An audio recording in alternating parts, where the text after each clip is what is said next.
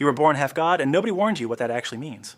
Super strength, immortal blood in your veins, a parent who can bend reality itself. Nobody mentions that your parent's spouse has spent your entire life trying to have you quietly removed. Your godly parent isn't around, never really was. Zeus, Poseidon, Apollo, whichever one it is, they showed up once, did their part, and went back to Olympus like nothing happened.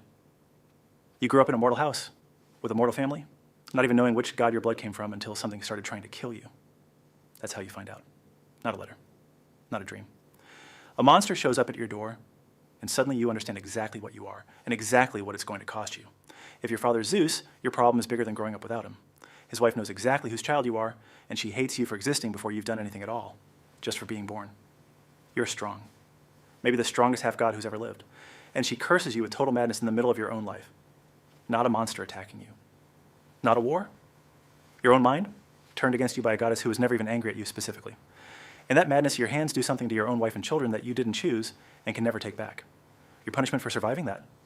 12 labors. Impossible tasks assigned because they're supposed to finally kill you. A lion no weapon can pierce. Decades of animal waste to clean out of a stable in a single day. A dog with 3 heads guarding the actual entrance to hell, and you're the one sent to drag it out. You survive every one of them. She still isn't done with you.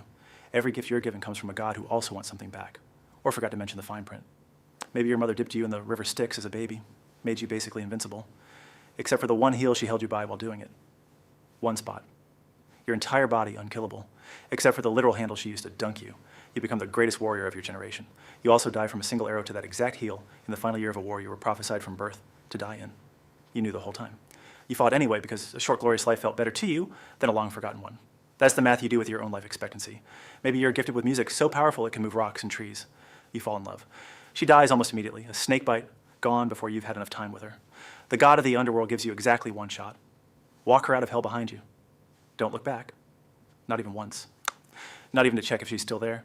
You make it almost all the way to the surface. One step from daylight, you turn around. She's gone. Forever this time.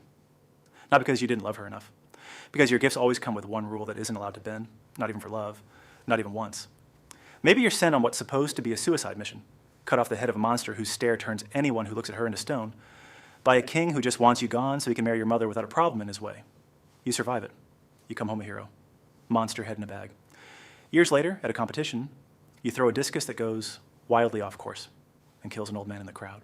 That old man is your own grandfather. The same king who, years before, heard a prophecy that his own grandson would kill him and threw you and your mother into the ocean in a wooden chest as a baby to make sure it never happened. It happens anyway. Your fate does not care how hard anyone tries to dodge it. It just waits. Maybe you're sent as a child sacrifice into a labyrinth built to trap a monster that's half man, half bull, that eats anyone who wanders too far in. You go in as tribute, not as a hero. One of 14 fed to it that year. You kill it. You make it out using nothing but a spool of thread a girl who loved you handed you at the entrance. You sail home in triumph and forget one single detail. Your ship was supposed to raise a white sail if you survived, black if you didn't. You forget to change it. Your own father is standing on a cliff watching for your ship, sees black, assumes you're dead, and throws himself into the sea before you're even close enough to shout that you're alive. You get everything you wanted, and it still kills someone who loved you. Yeah, maybe a god teaches you the art of healing so completely that you learn to raise the dead. You become so good at your gift that people stop fearing death altogether because they know you can just undo it. That's exactly the problem. Death is supposed to be permanent, and you've made it optional. Zeus doesn't wait to see how far you'll take it. He kills you himself with a lightning bolt simply for being too good at the gift you were given. This is the pattern, and by now you should see it. The stronger the gift, the more precisely it's built to end you. Nothing you're given is free. Nothing you survive goes unanswered. This is the actual life. Not capes. Not glory. A parent who's rarely home. A goddess who hates you for being born. Gifts with fine print nobody reads out loud. And a fate that was decided before you took your first breath. You weren't chosen because you're lucky. You were chosen because the gods needed someone mortal enough to bleed and divine enough to survive just long enough to make it a good story.